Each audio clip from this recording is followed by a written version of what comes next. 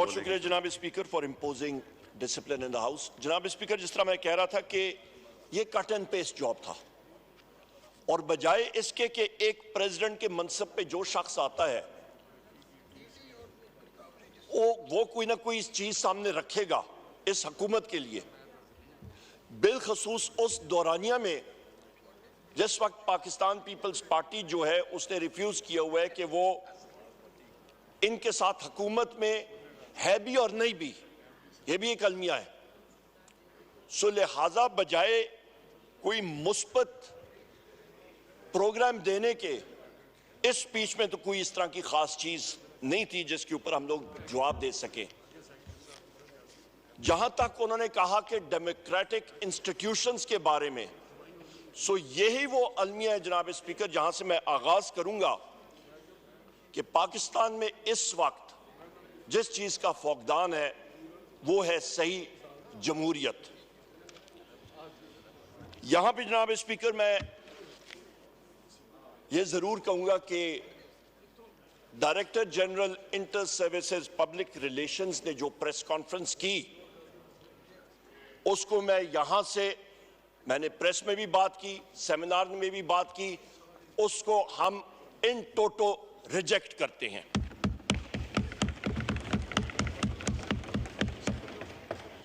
जनाब स्पीकर, आपसे मैं गुजारिश करूंगा कि आप oath of an officer article 244 इस आइन की किताब का पेज नंबर 203 जरा मेरे साथ पढ़िएगा और देखिएगा।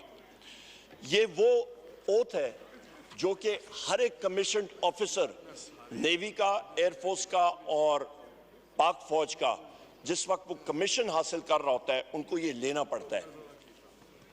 और एकेडमी जूनियर अंडर ऑफिसर उसने झंडा पकड़ा होता है और वहां पे ये ओथ पढ़ा जाता है। मैं पढ़ के आपको सुना देता हूं। I do solemnly swear that I will bear the faith and allegiance to Pakistan and uphold the Constitution of the Islamic Republic of Pakistan, which embodies the will of the people, that I will not engage myself in any political activities whatsoever, and that I will honestly and faithfully serve Pakistan in the Pakistan Army, Navy or Air Force as required by and under the law. May Allah Almighty help and guide me. Ameen.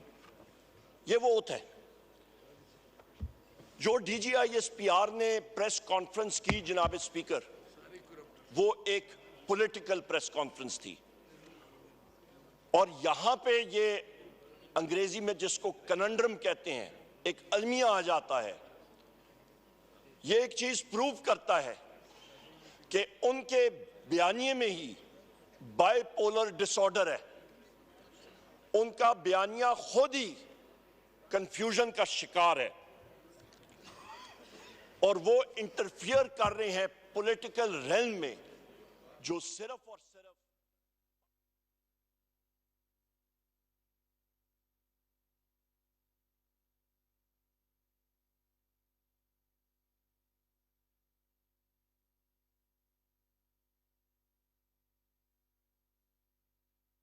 Article 7 की तरफ आइएगा।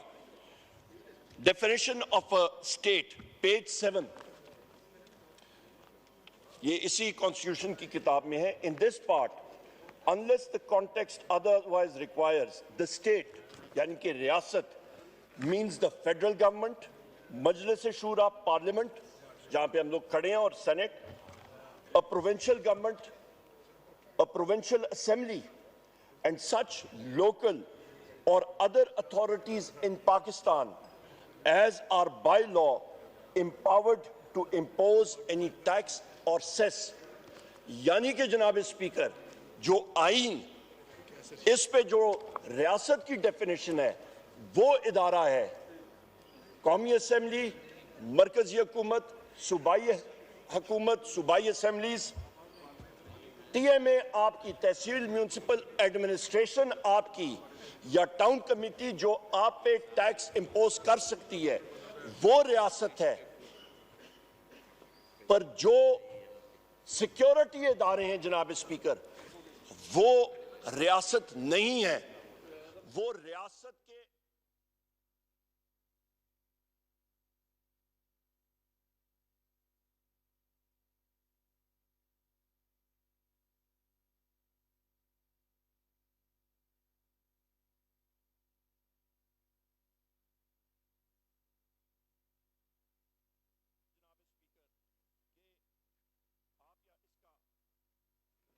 करें कि हाकमियत जो है वो रब्बुल इज़्ज़त की है और उसके बाद पाकिस्तान की अवाम की।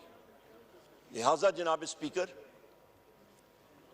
जो सिक्योरिटी इदारे हैं वो पॉलिटिक्स में इंडल्ज नहीं कर सकते एज पर दिस कॉन्स्टिट्यूशन, और उनकी ये प्रेस कॉन्फ्रेंस होनी ही नहीं चाहिए थी। इसके साथ साथ जनाब स्पीकर, आपकी अटेंशन मैं पेज 7 पे फिर मबजूल कराना चाहता हूं कि वहीं पे आ जाएं कि आप पढ़ लें कि आर्टिकल 5 क्या कहता है। आर्टिकल 5 इसी आइन का कहता है, loyalty to the state is the basic duty of every citizen. लिहाजा स्टेट जिसकी डेफिनेशन मैंने आपके सामने रख दी, जिस पे सिक्योरिटी के इदारे नहीं है, वो पार्लियामेंट है, वो इलेक्टेड गवर्नमेंट्स हैं, वो तहसील म्यूनिसिपल एडमिनिस्ट्रेशन हो सकती है, उनकी तरफ लॉयल्टी जो है वो हर एक शख्स, चाहे वो मुसल्ला अफवाज का मेंबर हो या वो सिविलियन हो, वो लाजिम है। और मुसल्ला अफवाज में तो ये बाकायदा ओथ ली जाती है। सो लिहाजा जनाब स्पीकर, इस पे कोई इस चीज को, इस रेड लाइन को या क्रॉस करे तो next article, the famous article 6 उस पे नाफिज होता है जनाब स्पीकर, जो हाई ट्रीजन का होता है। सो लिहाजा यहां पे बड़ी क्लैरिटी होनी चाहिए। और आर्टिकल 6 भी आप यहां पढ़ लें, any person who abrogates or subverts or suspends or holds in abeyance or attempts or conspires or abrogate or subvert or suspend or hold in abeyance the Constitution by use of force or show of force or by any other unconstitutional means shall be guilty of high treason। आइन वाज़े है जनाब speaker, constitutional limits सारे इदारों की, चाहे वो judiciary हो, चाहे वो आपकी गवर्नमेंट हो, चाहे जो इदारा हो, उसकी लिमिट्स क्लियरली डिफाइंड है।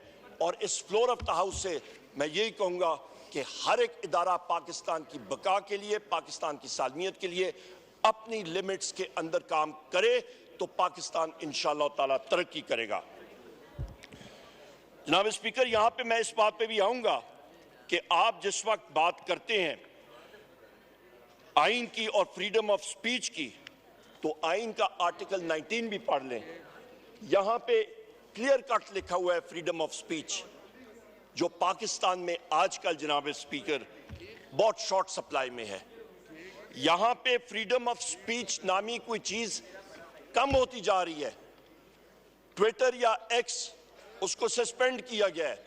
हमारे ये मीडिया के हजरात ऊपर देखें, ये बात नहीं कर सकते हैं। इंटेलिजेंस एजेंसीज का रोजाना इनको इंस्ट्रक्शंस आ रही होती हैं, और मुझे पूरा यकीन है जो इस वक्त मैं ये स्पीच कर रहा हूं, यहां पे ये स्पीच वहां पे या उस पे ब्रेक्स आ रही होंगी या कमर्शियल ब्रेक्स में जा रही होंगी या टेलीकास्ट ही नहीं हो रही होगी। ये हमें मालूम है, क्योंकि पाकिस्तान में इस वक्त, मैं पहले भी कहता हूं, आप लाइव जा रहे हैं जनाब स्पीकर, यहाँ पे तो हो रहा है पर वहां पे मुश्किल होता है, यहाँ पे ये नहीं होता। आर्टिकल 19 जरा पूरा पढ़िएगा। यहाँ पे जनाब स्पीकर, यहाँ पे ये चीजें जो है ये बिल्कुल ये कट के आती है। हमने देखा हुआ है, जिस वक्त पहले भी डेप्यूटी स्पीकर साहब प्रिजाइड कर रहे थे जी, जिस वक्त आप उस वक्त प्रिजाइड नहीं कर रहे थे, वहां पे भी हमने यही चीज उठाई थी।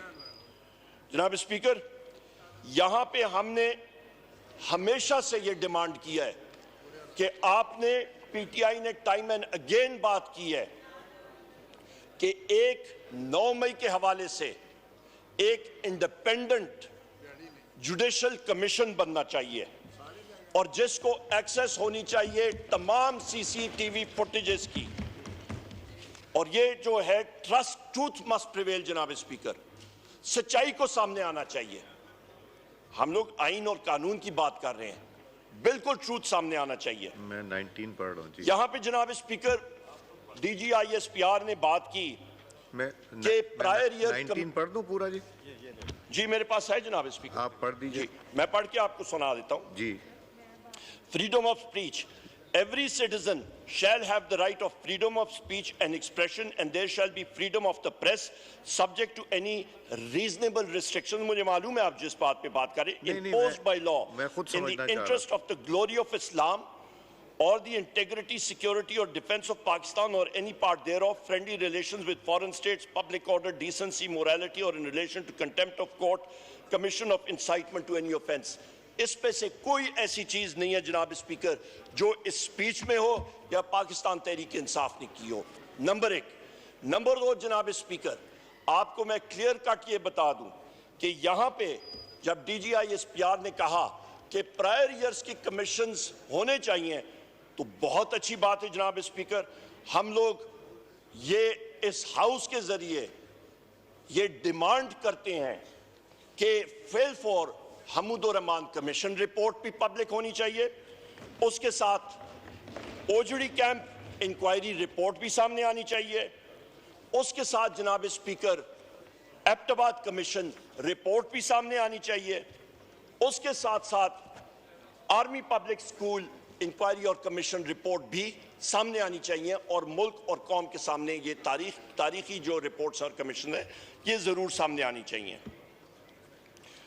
जनाब स्पीकर, यहां पे ये भी मैं कहता चलूं कि रूल ऑफ लॉ के जिस वक्त हम लोग बात करते हैं तो इस्लामाबाद हाई कोर्ट के 6 फाजल जज हजरात ने एक लेटर लिखा चीफ जस्टिस ऑफ पाकिस्तान काजी फायज ईसा साहब को और सुप्रीम जुडिशल काउंसिल को, और उन्होंने अपने खत में जिस चीज को हाईलाइट किया, जिस पे रोशनी डाली, वो थी कि उनके काम पे और उनसे नीचे उनकी जो सबसर्विएंट या लोअर जुडिशरी है उनके काम पे इंटेलिजेंस एजेंसीज का, और उन्होंने नेम किया, उन्होंने जो नाम लिया ये ना आपने ना मैंने या इस हाउस के किसी मेंबर ने नहीं किया, ये उन जज हजरात ने बाय नेम किया, क्योंकि वो अंडर प्रेशर आए थे और उन्होंने कहा था कि उनके काम पे इंटर सर्विसेज इंटेलिजेंस यानी कि ISI मुदाखलत, वजीर आजम इमरान खान साहब के, बुशरा बीबी के, मखदूम शाह महमूद कुरैशी साहब के, चौधरी परवेज इलाही साहब के, हमारे मिलिट्री कोर्ट्स के जो साथी हैं,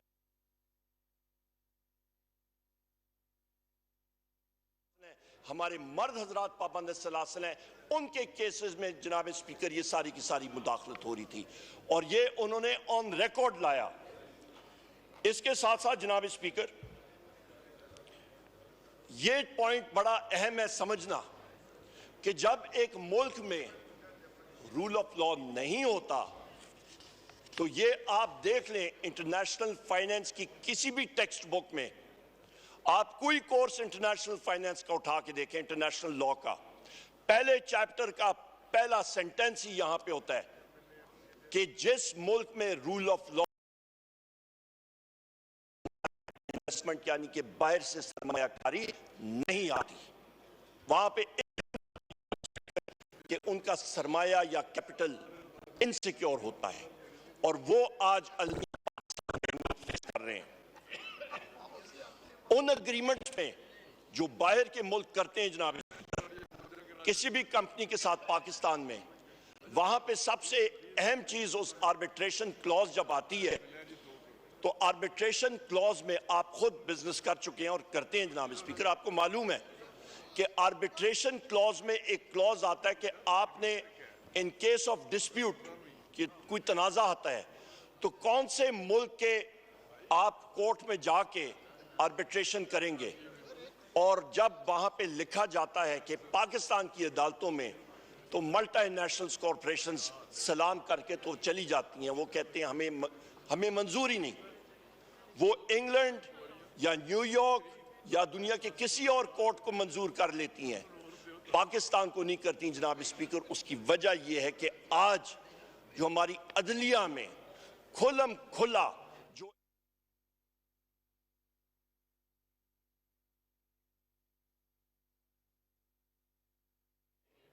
कि इस मुदाखलत में कल को जब मुदाखलत होगी उनका सरमाया जो है वो गैर महफूज हो जाएगा। जनाब स्पीकर, यहां पे मैं ये भी कहता चलूं एक बहुत अहम बात कि आज एक नोटिफिकेशन भी निकला है यहीं से कि विमेन की रिजर्व सीट्स की जो खवातीन थी और जो माइनॉरिटीज़ के मेंबरान थे वो डी नोटिफाई हुए हैं और ये पूरे पाकिस्तान में मुख्तलिफ असेंबलीज में हुआ है। यहाँ पे मैं कहता चलूँ जनाब स्पीकर, मेरे दाईं तरफ यहाँ पे हमारे पार्टी के चेयरमैन बैरिस्टर गौर साहब मौजूद हैं और मैं खुद, हम लोग इस फ्लोर ऑफ द हाउस से और हमारे सारे मेंबरान हम लोग एजिटेट करते रहे डे वन से। जिस दिन से हमने यहाँ पे ओथ उठाया, ओथ टेकिंग के वक्त भी हमने बात की कि हाउस इनकम्प्लीट है। जो आप बुलडोजर इस्तेमाल करके, हुकूमत बुलडोजर इस्तेमाल करके, इलेक्शन कमीशन ने गैर आईनी तौर पे उन खवातीन और माइनॉरिटीज़ के मेंबरान को नोटिफाई करके यहाँ पे बैसियत घुसबैठिया या फिर स्ट्रेंजर ऑफ द हाउस लाए, उसके ज़रिए न वज़ीर आज़म का इलेक्शन वैलिड है, with all due respect speaker साहब आपका हम लोग एहतराम करते हैं, न स्पीकर का इलेक्शन जो है वो वैलिड है और ना ही डिप्टी स्पीकर का इलेक्शन वैलिड है और ना ही प्रेसिडेंट ऑफ पाकिस्तान का इलेक्शन वैलिड है। ये सारे के सारे इलेक्शंस इनवैलिड है। जनाब स्पीकर, हम लोग जी अपने टाइम पे सारी बातें कर लें जिन्होंने मर्जी है, पर यहाँ पे जनाब स्पीकर, यहाँ पे ये चीज़ क्लैरिटी होनी चाहिए। फिर जनाब स्पीकर यहाँ पे बात आई कि 9 मई के हवाले से मटीरियल डैमेजेस के बारे में बात हुई, चलें उसके ऊपर भी बात करते हैं।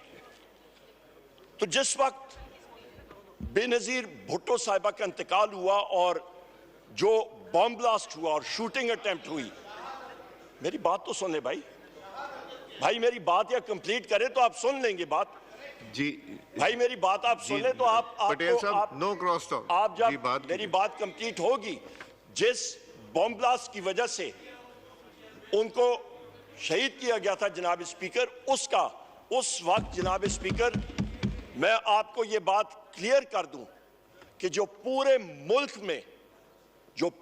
में वायलेंस हुई थी उसकी आप या रकम आप या सामने लाएं जनाब स्पीकर, तो उसमें तकरीबन 27 दिसंबर ये आपका 2007 को ये तकरीबन कॉस्ट बनती है जनाब स्पीकर $2 अरब, $2 बिलियन, और उस वक्त के एक्सचेंज रेट के हवाले से ये कॉस्ट तकरीबन बन जाती है 165 से 170 अरब रुपया। उसमें जनाब स्पीकर तकरीबन 63 railway station, 63 149 bogies, 29 locomotives, engines, train के इंजन्स, ये 2 दिन के अंदर अंदर ये तबाह बर्बाद हुए। और जनाब स्पीकर, कराची की या मैं बात करूं सिर्फ कराची की, तो जनाब स्पीकर कराची में $1 अरब का उन 4-5 दिनों में नुकसान हुआ था कराची के शहर में, और उस वक्त का एक्सचेंज रेट आप लगाएं तो ये तकरीबन 80 से 90 अरब रुपए सिर्फ कराची की हम लोग बात कर रहे हैं। और ये टोटल जो कॉस्ट आती है ये आपके जीडीपी का 8% हिस्सा बनती है। जनाब स्पीकर, मैं इस हाउस से और आपसे पूछना चाहता हूं, कितने लोग अरेस्ट हुए, कितनी इंक्वायरीज बनी, कितने लोगों को जेल में डाला गया, कितने लोगों को सजाएं हुई, कौन सी जुडिशल इंक्वायरी बनी, कोई चीज हुई? $2 अरब, 160-170 अरब रुपए का नुकसान हुआ, पर कोई उसके ऊपर एक्शन नहीं हुआ। और फिर इल्जाम हम पे लगता है। यहां पे तो जनाब स्पीकर, इसमें भी मैं आता हूं, पेरिस में जहां पे जमहूरियत, वहां पे कहते हैं हम लोग जमहूरी मुल्क है, वहां पे 8 जुलाई 2023 को वहां पे राइट्स हुए, दंगा फसाद हुआ। फ्रेंच बिजनेसेस का ये फिगर मैं आपको दे रहा हूं, 1.1 अरब डॉलर जो है फ्रांस में ये नुकसान हुआ। जनाब स्पीकर, ये फैक्ट्स मैं आपके सामने रख रहा हूं। यहां पे तो जनाब स्पीकर मैं यहां पे क्लियर कट कर दूं कि 9 मई एक बहाना था वजीर आजम इमरान खान निशाना था।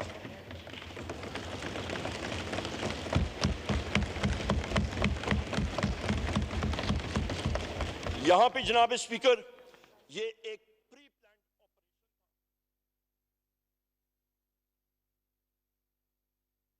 के खिलाफ तशद्दुद किया गया, जिसके खिलाफ ये सारा ऑपरेशन किया गया। विक्टिम्स हम लोग हैं। यहां पे तो ब्लेम द विक्टिम की बात आ जाती है। सेक्रेटरी इंटीरियर को बुलाया गया और उससे पूछा गया, जुडिशल कॉम्प्लेक्स में सीसीटीवी कैमरास गायब हो गए, उससे पूछा गया, एविडेंस मुख्तलिफ जगहों का गायब हो गया। सेक्रेटरी इंटीरियर कहता है मुझे तो पता ही नहीं। जनाब स्पीकर, ये एविडेंसेस कौन उठा के लेके जा रहा है?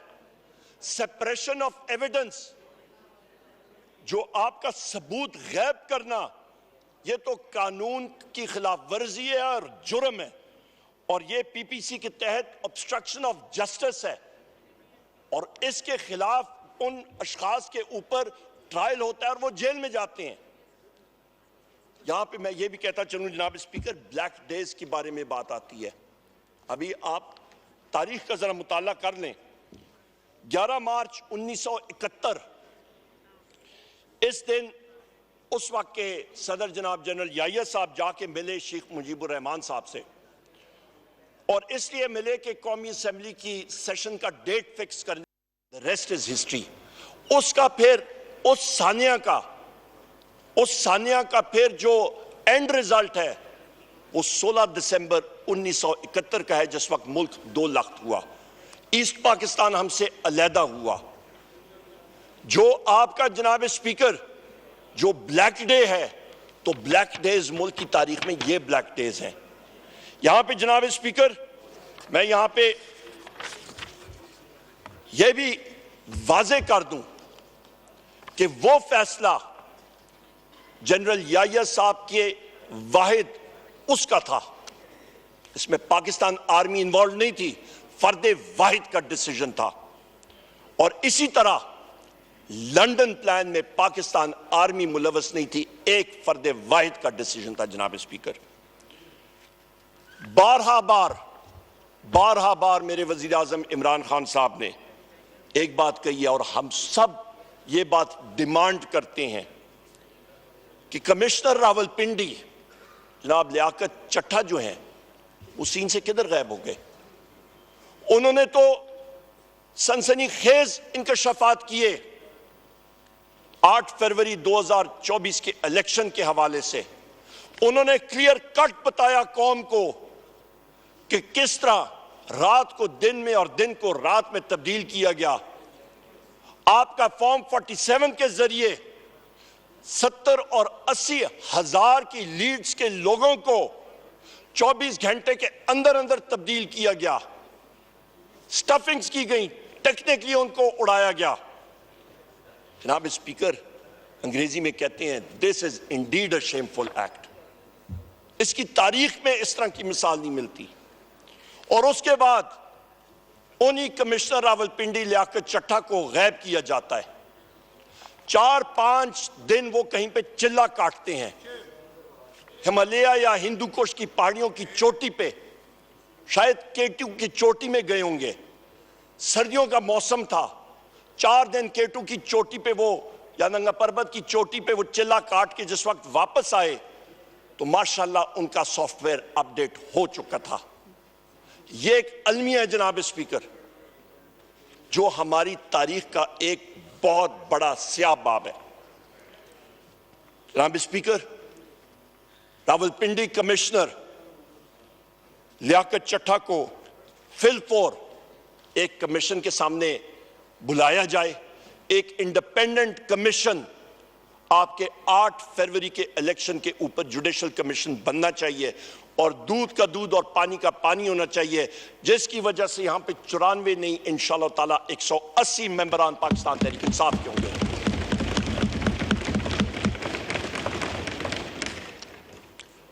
जनाब स्पीकर, मेरे कायद जनाब इमरान खान साहब ने इंस्ट्रक्शंस दिए हैं पार्टी को। हम लोग 3 रिट्स करेंगे कोर्ट्स में कि नंबर 1, जो सीसीटीवी फुटेज है चाहे वो कोर कमांडर हाउस हो, चाहे वो किसी भी इंस्टॉलेशन पे हो, वो सीसीटीवी फुटेज सामने आनी चाहिए 9 मई 2023 की, नंबर 1। और जनाब स्पीकर, इसके साथ साथ मैं ये भी कहता चलूं कि सीसीटीवी फुटेज आपकी 18 मार्च 2023 को जुडिशल कॉम्प्लेक्स की भी सीसीटीवी फुटेज आज गायब है, उस दिन की गायब है, और वो भी पूरा आंखों देखा हाल मैं आपके सामने पेश करूंगा। यहां पे जनाब स्पीकर 9 मई को शहादतें या किसी की हुई, वो हमारे नौजवानों पे गोलियां बरसी और वो शहीद हुए, और उनके नाम एक बार फिर मैंने पहले भी इस हाउस के सामने पेश किए, मैं फिर पढ़ के सुनाता हूं। यहां पे मिर्जा नादिर शहजाद, बिलावल शनवारी, सैफुल्ला, मोहम्मद राशिद, अब्दुल्ला वजीर, जाहिदुल्ला, रिजवान अहमद, जावेद अकाखेल, सिकंदर, अबरार अहमद, उमर अजीज, अब्दुल कदीर, इब्राहिम, जावेद गुल, जाकिर, ये वो 15 नौजवान हैं जनाब स्पीकर जो इस दुनिया में नहीं रहे। ये वो 15 नौजवान हैं जिनका घर जो है वो उजड़ गया है। मेरे यहाँ पे फाजिल दोस्त जुनेद अकबर खान साहब बैठे हुए हैं, इनकी हलकों में मलकंड के एरियाज में वहां पे पैराप्लीजिक लोग मौजूद हैं जिनकी रीढ़ की हड्डी में गोली लगी जनाब स्पीकर, आज वो चल फिर नहीं सकते। मेरी खुद उनसे बात हुई थी। ये वो औलनाक वाक़े हैं जिनका हम लोग जिक्र कर रहे हैं। तो लिहाजा जनाब स्पीकर, हम लोग फिर बात करते हैं कि ब्लेम द विक्टिम, जिस पे तशद्दुद किया गया उसी को आप कसूरवार ठहरा रहे हैं। ये कौन सी दुनिया का हिसाब है? ये कौन सा इंसाफ है?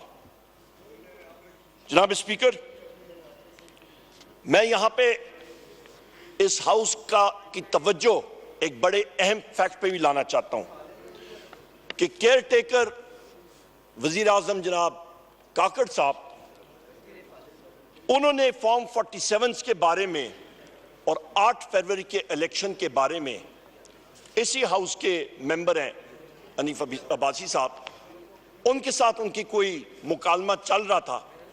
वहां पे उन्होंने कहा, वीट स्कैंडल के हवाले से, वहां पे भी गंदम का जो स्कैंडल बना हुआ है, स्कैम बना हुआ है, उसके ऊपर भी रोशनी डालूंगा।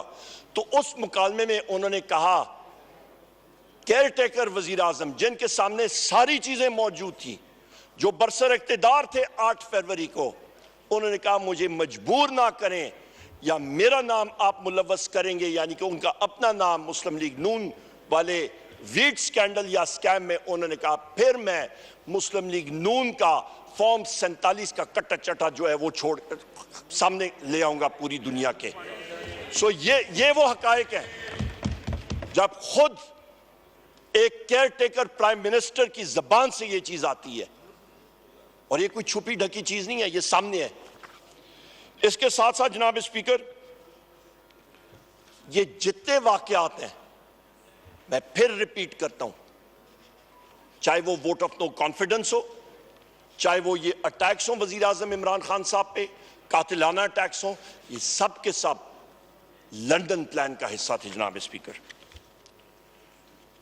जनाब स्पीकर, मैं यहां पे फिर आपकी और हाउस की याद जरा ताजा करना चाहता हूं कि 16 मार्च 2023 जिस वक्त वजीर आजम इमरान खान साहब के घर पे SSP ऑपरेशंस शहजाद बुखारी जो हैं वो वारंट लेके आते हैं, मैं भी वहां पे मौजूद था इत्तेफाक से, और जनाब जैन कुरैशी साहब के मोहतरम वालिद साहब मखदूम शाह महमूद कुरैशी साहब भी, हम लोग वजीर आजम इमरान खान साहब के ड्राइंग रूम में खड़े थे। हमें मालूम हुआ कि जनाब पुलिस वहां पे आई है। वजीर आजम इमरान खान साहब ने कहा मैं जाके अपना बैग उठा के लाता हूं कि ये मुझे अरेस्ट करने जा रहे हैं और मैं जा रहा हूं। क्लैरिटी ऑफ थॉट, आए बाएं से इन्होंने कहा मैं बैग उठाता हूं आता हूं। इस इतने में मखदूम साहब और मैं, हम लोग बाहर गए, प्रेस कॉन्फ्रेंस की, और वहां पे हम लोग आगे गए SSP ऑपरेशंस शहजाद बुखारी से बात करने के लिए।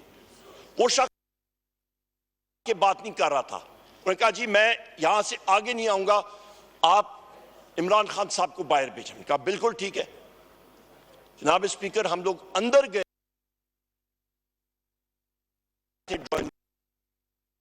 टीयर गैस का सीधा उनकी लॉन में, बगैर किसी प्रोवोकेशन के, बगैर किसी वजह के। कोई बदअमनी नहीं थी। वजह यह थी जनाब स्पीकर कि वो प्लान था वजीर आजम इमरान खान साहब को अबडक्ट करने का, उनको यरगमाल बनाना या उनको वहां से किडनैप करने का। अबडक्शन प्लान था सारे का सारा। उसके बाद जनाब स्पीकर वजीर आजम इमरान खान साहब के घर में अगले दिनों में पुलिस अंदर आती है। वजीर आजम साहब घर में नहीं है, वो जेल में है, और उनके घर में उनके बेडरूम का दरवाजा तोड़ती है।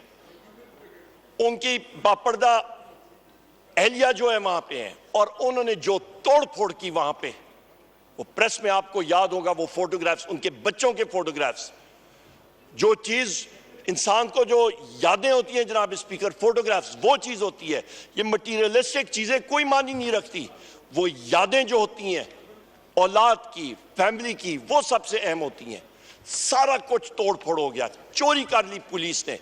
पंजाब पुलिस तो इस वक्त जनाब स्पीकर, जो इस वक्त का आईजी है, जिसको मैं टाउट कहता हूं मुस्लिम लीग नून की गवर्नमेंट का, उसका एक ही काम है, सबसे इनडिसिप्लिन्ड फोर्स आज डॉक्टर उस्मान के नीचे एक पंजाब पुलिस की इनडिसिप्लिन्ड फोर्स आज ऑपरेट कर रही है, जो एक दहशतगर्द फोर्स बन चुकी है, अनट्रेन्ड और दहशतगर्द फोर्स जनाब स्पीकर। मैं ये आईजी पंजाब के नाम के साथ जो आपने लफ्ज इस्तेमाल किया वो एक्सपंज कर रहा हूँ। वो टाउट नहीं है जनाब स्पीकर, वो फिर क्या है?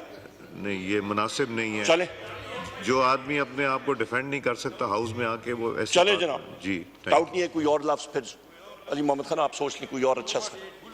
गुलू भट्ट, ठीक है जनाब स्पीकर। जनाब स्पीकर, यहां पे मैं फिर जुडिशल कॉम्प्लेक्स के हवाले से बात करता हूं। जनाब स्पीकर, मुश्ताक साहब हंस रहे, वो कहते हैं जी अभी इसको एक्सपंज कराया, कोई और आ जाएगा लफ्ज।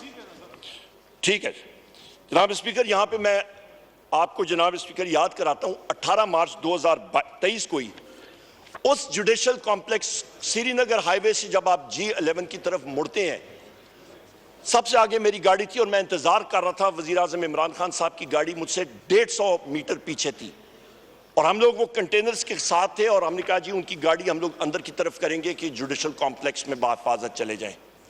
बगैर किसी वजह के इस्लामाबाद के पुलिस के लोगों ने ऊपर से पहले पथराव शुरू किया, जिस तरह के टोटली अनडिसिप्लिन्ड एक फोर्स होती है। पथराव, कोई वजह नहीं थी, उनकी गाड़ी 150 मीटर पीछे थी, और उसके बाद जनाब स्पीकर स्ट्रेट फायरिंग करके टीयर गैस शेलिंग। जब वहां पे वजीर आजम इमरान खान साहब की गाड़ी उस टर्निंग पे भी, उस मोड़ पे भी आई, तो वहां पे टीयर गैस शेलिंग के बादल थे। उनको बड़ी मुश्किल से हम लोग आके लेके जा रहे थे। हमारा मकसद था कि वो जाके जज साहब के सामने पेश हो जाएं, उनकी हाजिरी लगे। मकसद कुछ और था। वहां पे असैसिनेशन अटेम्प्ट, वजीर आजम इमरान खान की जान को खतरा था, उनको खुदा न खास्ता कत्ल करने का मंसूबा बना हुआ था, और वो ऑपरेशनलाइज होने वाला था। हमें घंटा लगा वो तकरीबन 500 मीटर कवर करने में, घंटा। बड़ी मुश्किल से आगे गए। उस जीप के बोनेट पे मैं खड़ा था, मेरे लेफ्ट साइड पे मुराद सईद और उनके साथ जुल्फी बुखारी, और हम लोग उनको कह रहे हैं कि गेट खोलें। गाड़ी का मुंह जो है, अगले 2 टायर वो रैंप के ऊपर आए, तो बैरिस्टर गौर साहब ये मौजूद है, ये सीधा वहां से आए, और इनके साथ साथ शिबली फराज साहब जो लीडर ऑफ द सेनेट हैं, of the opposition in the senate, ये 2 अशखास आए और इन्होंने बोनेट पे हाथ मारा। उन्होंने कहा जी निकलें, ये असैसिनेशन अटेम्प्ट का ट्रैप है, निकलें इधर से। और जो उसके बाद जनाब स्पीकर वहां पे 4थी मंजिल से जो पथराव और टीयर गैस शेलिंग का समा था, आप सोच नहीं सकते हैं। जो लाठीचार्ज वहां पे शुरू हो गई बगैर किसी वजह के, वो गेट बंद करना चाह रहे थे, ट्रैप करना चाह रहे थे। बड़ी मुश्किल से हम लोग उधर से निकले, और फिर जब आगे गए तो बैरिस्टर गौर साहब इस चीज, ये शिबली फराज साहब ने वो पेपर जहां पे जज ने कहा जी ये जाके उनकी हाजिरी आप साइन करा लें, वो पतला सा पेपर होता है कोर्ट का, वो लेके गए। और आपको जगजई साहब, आप हैरान हो जाएंगे जब वो पुलिस ऑफिसर, उनका नाम मैं भूल रहा हूं, वो जब गए, बैरिस्टर गौर साहब ने साइन कराया, उन्होंने साइन कराया, तो जिस वक्त जज साहब की फाइल में उस पेपर ने जाना था, उस पुलिस ऑफिसर को डोज मिली खलाई मखलूक की तरफ से, समझ लें, एजेंसीज की तरफ से समझ लें। पाकिस्तान में 5 एजेंसीज ऑपरेट कर रही हैं,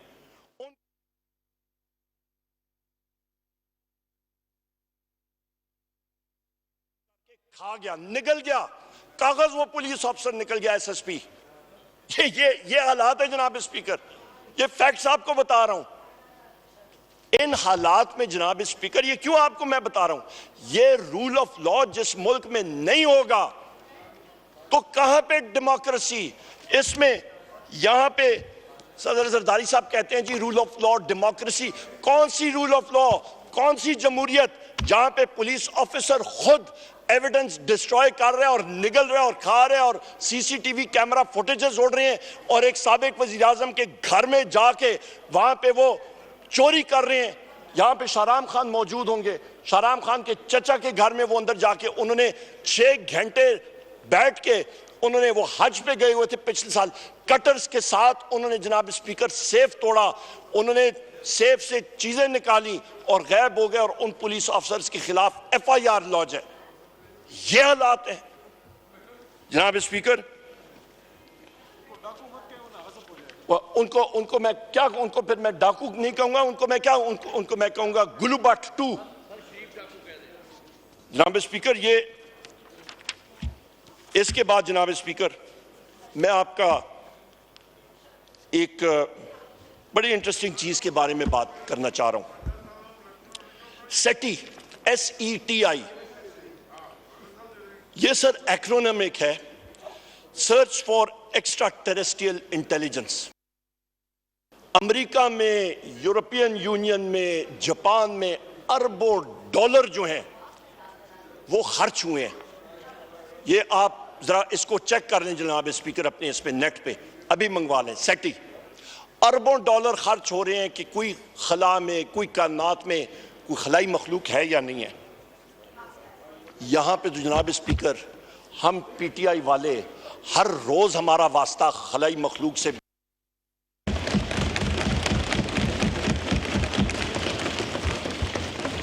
मसला एक है, वहां पे दुनिया में वो खलाई मखलूक को देखते हैं, उनकी उड़न तश्तरियों के खोज में लगे हुए हैं।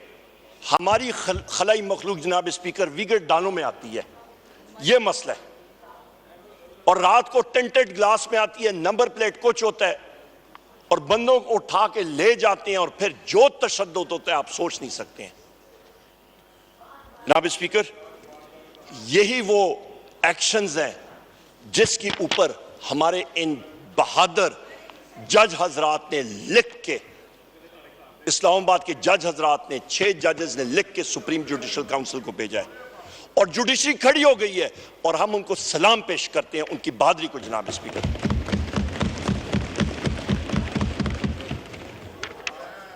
जनाब स्पीकर, यहां पे ये भी मैं कहता चलूं कि इन एक्शंस ने, इन हरकत ने पाकिस्तान की मईशत को कोई 1 साल या 2 साल या 3 साल के लिए नहीं खराब किया, ये डेकेड्स तक इसका इंपैक्ट पड़ेगा, ना तलाफी नुकसान। यहां भी जनाब स्पीकर मैं फिर बात करूंगा कि जहां पे मौलाना फजलुर रहमान साहब के मेंबर्स यहां पे मौजूद हैं, मौलाना फजलुर रहमान साहब ने भी इन लंदन प्लान्स के एक्टर्स का नाम जो है वो खुद उन्होंने इसका एतराफ किया है। यहां पे इनके ख्वाजा आसिफ ने अपने एक इंटरव्यू में कहा और बताया कि मार्च 2019 में उनकी गुफ्तगू शनीद जनरल बाजवा साहब के साथ शुरू थी। वो तो बीच में कोविड आ गया और वो चीज डिले हो गई और ताखीर में चली गई, वरना टारगेट वजीर आजम, हदफ वजीर आजम इमरान खान साहब की हुकूमत और खुद वजीर आजम इमरान खान साहब थे। और वजीर आजम इमरान खान साहब क्यों टारगेट बने हुए थे? क्योंकि वो एक खुददार शख्स है, वो एक गैरतमंद शख्स है वजीर आजम इमरान खान या बात करता है तो ला इलाहा इल्लल्लाहु मोहम्मद रसूलुल्लाह की बात करता है। वजीर आजम इमरान खान या बात करता है वो इय्याका नअबुदु व इय्याका नस्तईन की बात करता है।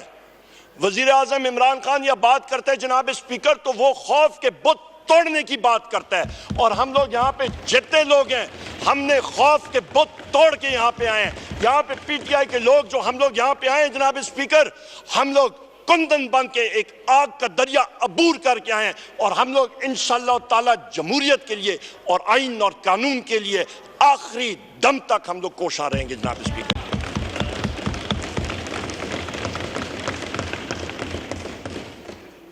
जनाब स्पीकर, ये सारे जो मैंने आपको बताई हैं चीजें, इस पे ये मैं कह दूं कि जो इस वक्त की मरकजी फेडरल हुकूमत है और सूबे में मरियम नवाज की सूबाई हुकूमत है, चाहे वो शहबाज शरीफ की हुकूमत हो या मरियम नवाज की हुकूमत हो, दोनों हुकूमतें फॉर्म 47 की दीमक ज़दा बेसाखियों पे खड़ी हैं, एक रेत के टीले पे खड़ी हैं।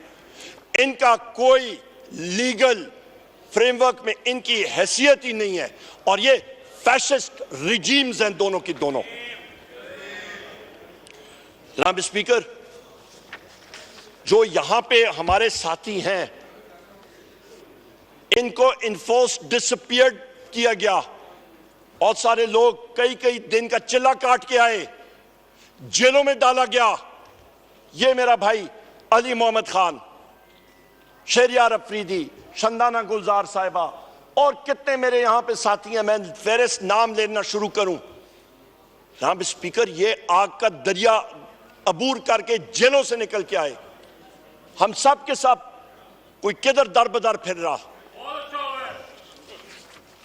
जनाब स्पीकर, यहां पे मैं आपको बताऊं कि तकरीबन एक हमारे सीनियर पार्लियामेंटेरियन थे, रात को 12:30 बजे मुझे कॉल आती है और दूसरे एंड पे उस पार्लियामेंटेरियन के फोन पे जनाब स्पीकर उनके घर में खलाई मखलूक वाले पहुंचे हुए थे, पंजाब पुलिस वाले पहुंचे हुए थे। उसके 26-27 साल बेटे को वो मार रहे, धड़ाधड़ मार रहे, उसकी चीखें थी। उस सीनियर शख्स के उनकी वाइफ, उनकी एहलिया, उनकी बहू, वो कह रहे हैं बाबा खुदा का वास्ता है जो ये चाहते हैं कर दें। और वो कहते हैं उमर भाई मैं क्या करूं, मेरे बेटे की जिंदगी का मसला है। और फिर वो प्रेस कॉन्फ्रेंस और क्लिप। जनाब स्पीकर, ये कौन से रूल ऑफ लॉ की हम लोग बात कर रहे हैं? यहां पे ये वोट को इज्जत, इनको तो वोट को इज्जत देने, वो तो एक नारा था, एक ऐसे ही उन्होंने चुंगे में लगा दिया अली मोहम्मद खान। यहां पे जनाब स्पीकर, ये चीजें, ये हकायक जो हैं, ये पाकिस्तानी कौम को, पाकिस्तान के नौजवानों को कोई एक दहाई नहीं, 2 दहाई नहीं, ये 40-50 साल तक लोग ये चीजें याद रखेंगे।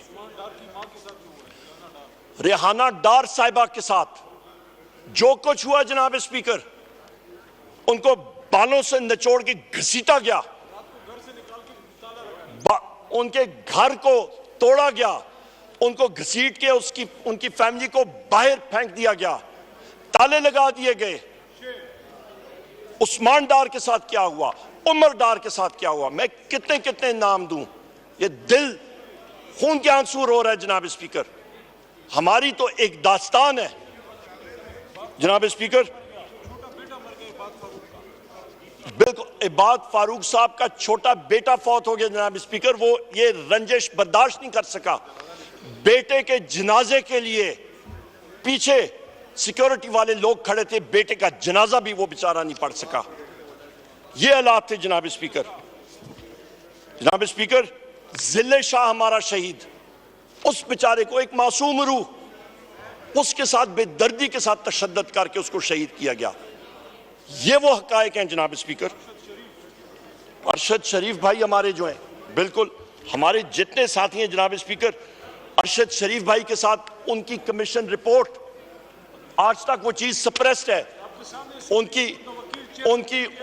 सुप्रीम कोर्ट में खड़ा था, इसकी उनके साथ, उनके अरशद शरीफ के साथ जनाब स्पीकर, उनका खानदान आज भी जो है वो दर बदर फैल रहे हैं।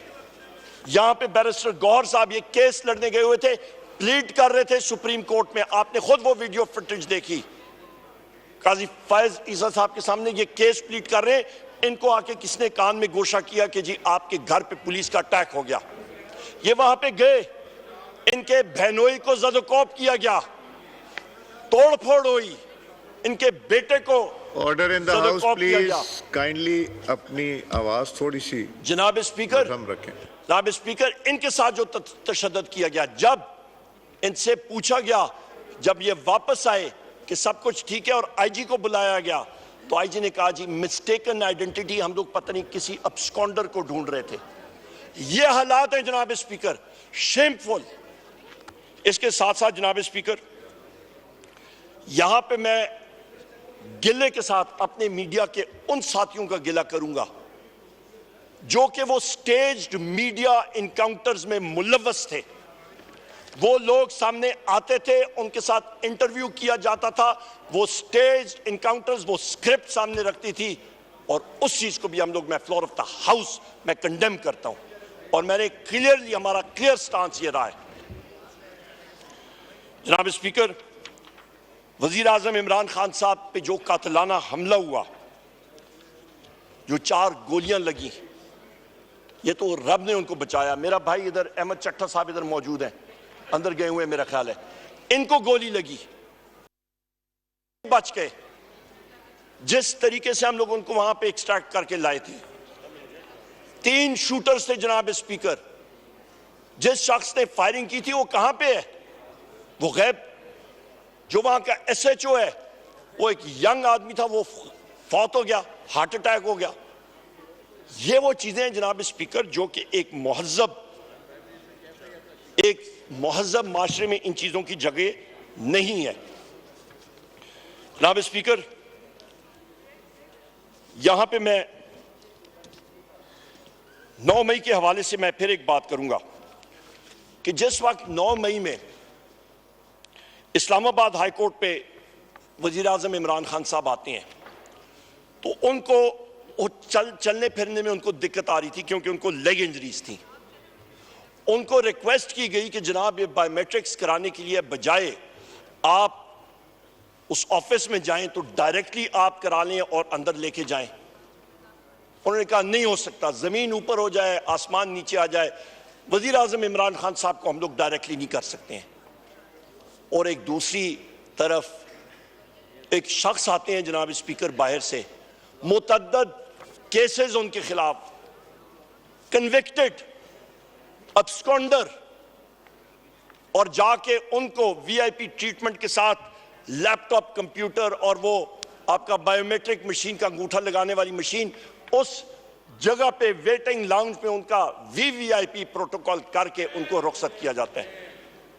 ये रूल ऑफ लॉ है? क्या ये आइन और कानून की बालादस्ती है? यहां पे कौन सा इन्वेस्टर आएगा जनाब स्पीकर? वो तो कहेंगे ये तो बनाना रिपब्लिक भी नहीं है। ये बनाना रिपब्लिक में कोई कायदा कानून तो होता है, ये पता नहीं क्या हो रहा है इस मुल्क में। जनाब स्पीकर, यहां पे फिर आप आते हैं, वजीर आजम साहब वहां पे बैठे हैं और रेंजर्स और नैब जो है वो धावा बोलती है, और ये मेरे भाई बैरिस्टर गौहर साहब वहां पे वीडियो बना रहे हैं, नईम पंजोता साहब वहां पे बैठे हुए हैं, वो वीडियोस बना रहे हैं उस जगह से, और जो ये हमारी ये शख्सियात जो हैं ये जख्मी होती हैं।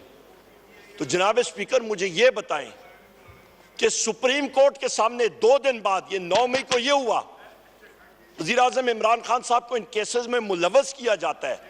2 दिन बाद सुप्रीम कोर्ट जो है उनको बुलाती है और उनको वहां से बरी करती है, उनको रिलीज करती है। वहां पे जो नुकसान हुआ उस प्री मेडिटेटेड प्लान का, ये जो लंदन प्लान का हिस्सा था जिस पे वोट ऑफ नो कॉन्फिडेंस से शुरू होता है और आज तक वो आपका लंदन प्लान का हिस्सा, वो कहानी, वो दागदार कहानी जो है वो चल रही है, इसका जिम्मेदार कौन है जनाब स्पीकर? ये हम लोग पूछना चाह रहे हैं, और इसके ऊपर एक जुडिशियल इंक्वायरी जरूर होनी चाहिए कि दूध का दूध और पानी का पानी जरूर होना चाहिए जनाब स्पीकर। हमारी आने वाली नस्लें जो हैं इन इन चीजों से सबक हासिल करें कि हमारे मुल्क में आइन और कानून के साथ क्या खिलवाड़ किया गया। जनाब स्पीकर, मैं यहां पे यह भी कहता चलूं कि आपके जिस दिन ये 5 अगस्त 2023 की अभी मैं बात कर रहा हूं, वजीर आजम इमरान खान साहब को अरेस्ट किया जाता है जमान पाक से। यहां पे जज दिलावर साहब जो हैं वो ऑर्डर पास करते हैं तोशा खाना केस में। और जनाब स्पीकर, पता नहीं वो मेरा ख्याल है खलाई मखलूक के वीगो डाले वाली उड़न तश्तरी में वो पुलिस फोर्स 1 घंटे के अंदर अंदर वहां पे पहुंच जाती है। कैसे पहुंच जाती है उनको, बल्कि 5 मिनट के अंदर अंदर वहां पे वो पहुंच जाती है इस्लामाबाद पुलिस। इसका मतलब है कि उनको पहले से मालूम था कि वजीर आजम इमरान खान साहब को अरेस्ट करना है और पंजाब पुलिस भी उनके साथ नहीं थी, और वहीं पे अरेस्ट करके, अगवा करके, अबडक्ट करके वजीर आजम साहब को वहां से वो लेके जाते हैं। जनाब स्पीकर, ये मुल्क में क्या हो रहा है? ये कौन सी यहां पे चीज गैर कानूनी तौर पे ये सारा खिलवाड़ हम लोग कर रहे हैं? इसका मतलब है ये सारा का सारा सिलसिला जो है ये तो एक खेल बना हुआ है। यहां पे आते हैं जनाब स्पीकर, हम लोग एसेट्स के ऊपर आ जाते हैं, तोशा खाना के एसेट्स के ऊपर। बड़ी अच्छी बात है। जिस केस में घड़ी घड़ी की बात करते हैं, एक गिफ्ट जो कि वजीर आजम साहब को गिफ्ट हुई, उनकी अपनी मलकियत है, वो जिसको मर्जी है बेचे, आग लगाई। यहां पे तो जनाब स्पीकर हम लोग यहां देखते हैं तो मिस्टर नवाज शरीफ को एक मर्सिडीज कार जो है वो तोशा खाना से निकालते हैं 42 लाख रुपए की, 4.2 मिलियन जी। तमीना बीबी तशरीफ रखें, और वो उसके लिए तमीना बीबी तशरीफ रखें, और वो तमीना बीबी तशरीफ रखें, 6 लाख तमीना बीबी तशरीफ रखें, 888 रुपए। तमीना बीबी तशरीफ रखें। जनाब स्पीकर, आई एम सॉरी, ये अनइंटरप्टेड होगी। जनाब speaker, I am sorry, leader of the opposition की स्पीच अनइंटरप्टेड होगी। ये 6,36,000 ये बैठ के सुनेंगे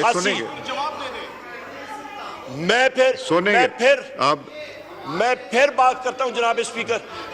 नवाज शरीफ ने 6,36,888 रुपए अदा करके गैर कानूनी तौर पे मर्सिडीज बेंज को हड़प कर लिया। एक प्याजे घड़ी 10,05,000 रुपए की ली।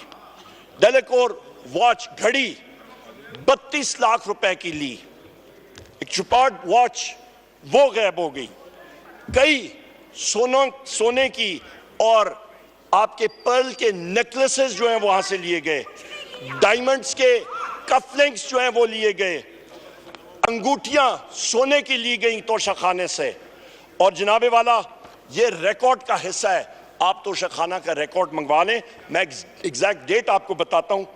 13 फरवरी 2016 को 16.25 मिलियन यानी कि 1,62,50,000 रुपए की गिफ्ट्स सिर्फ 32,88,000 रुपए दे के वो ले रहे हैं।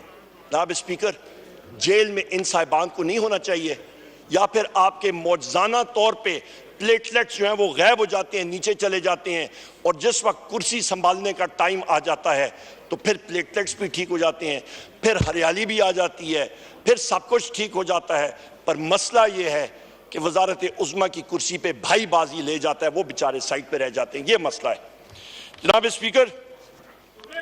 इस पे एक और चीज मैं भूल गया। यहां पे फ्रूट खाने वाले मतलब शौकीन होंगे, वो तोशा खाने में अनानास, पाइनएप्पल, वो पाइनएप्पल भी आए, वो भी गायब हो गए, वो भी गायब हो गए वहां। जनाब स्पीकर, यहां पे मैं ये कहता चलूं कि इस वक्त पंजाब पुलिस, जिसको मैं बार बार कहता हूं कि वो एक गुलूबट डॉक्टर उस्मान की सरबराही में वो फोर्स ऑपरेट कर रही है। वो फोर्स जनाब स्पीकर, उसने पंगा अपने से जरा ज्यादा ऊपर ले लिया था भावल नगर में। वो जो पंगा उसने लिया और उन पे फिर वो डड्डू परेड कराई गई और कंबल परेड हुई और उल्टी कलाबाजियां खानी पड़ी, तो उस पे जब वो डड्डू परेड और कंबल परेड के बाद जब उनके होश, तो फिर गुलू भट्ट डॉक्टर उस्मान को होश आई और उसने कहा कि मेरी पुलिस फोर्स ने गलत काम किया है। उसने बगैर वारंट के जाके एक सिपाही के घर में रेड किया है। स्पीकर, ये अनवर ताज साहब के 86 साहब के वालिद साहब को उन्होंने जाके उनको नहीं छोड़ा, जाके उनके घर में जाके रेड किया, दीवारें फलांग के। ये सारे मेरे साथी पढ़े हैं जितने हैं। तो हमारे घरों में जब पंजाब पुलिस आती रही है तो वो क्या ये अरेस्ट वारंट फ्रेम करके और फूलों का गुलदस्ता और केक हमारे पास लेते आए हैं कि जनाब हम लोग आपके घर में आके ये पेश करना चाहते हैं? वो क्या था? इसका मतलब यह है जनाब स्पीकर कि जो फोर्स एक सुपीरियर फोर्स हो, वो पंजाब पुलिस उसके हत्थे लगे, उनका डड्डू परेड हो, उनका कंबल परेड हो, तो पंजाब पुलिस तीर की तरह सीधा होगी और उसके बाद वो कानून भी याद करेगी, वो आइन भी याद करेगी, वो तौबा भी करेगी, वो मुर्गा भी बनेगी, उनका एसएचओ भी उल्टा सलूट करेगा, उसका एसएचओ पंजाब पुलिस का उल्टी कलाबाजी मार के सलूट करके जमीन पे आएगा। तो इसका मतलब है जनाब स्पीकर, यहां पे रूल ऑफ लॉ नहीं है, यहां पे जंगल का कानून है। और यहां पे मैं ये भी कहता चलूं जनाब स्पीकर,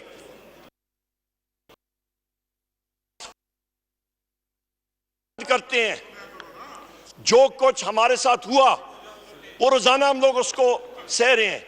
हम लोग डिमांड करते हैं कि भावल नगर इंसिडेंट का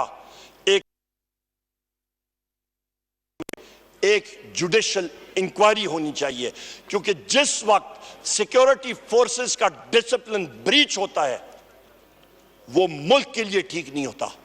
आज तो ये एक थाने में डड्डू परेड और उल्टी कलाबाजियों का सिलसिला था, कल ये और किसी तरफ चीज जा सकती है।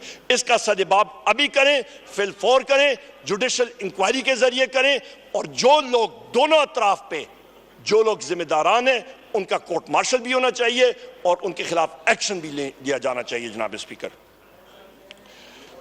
यहां पे मैं बात करूंगा कि यही फैशिस्ट पंजाब हुकूमत जो है, फैशिस्ट पंजाब हुकूमत, ये पाकिस्तान तहरीक इंसाफ को तो बिल्कुल एलर्जी है इनको।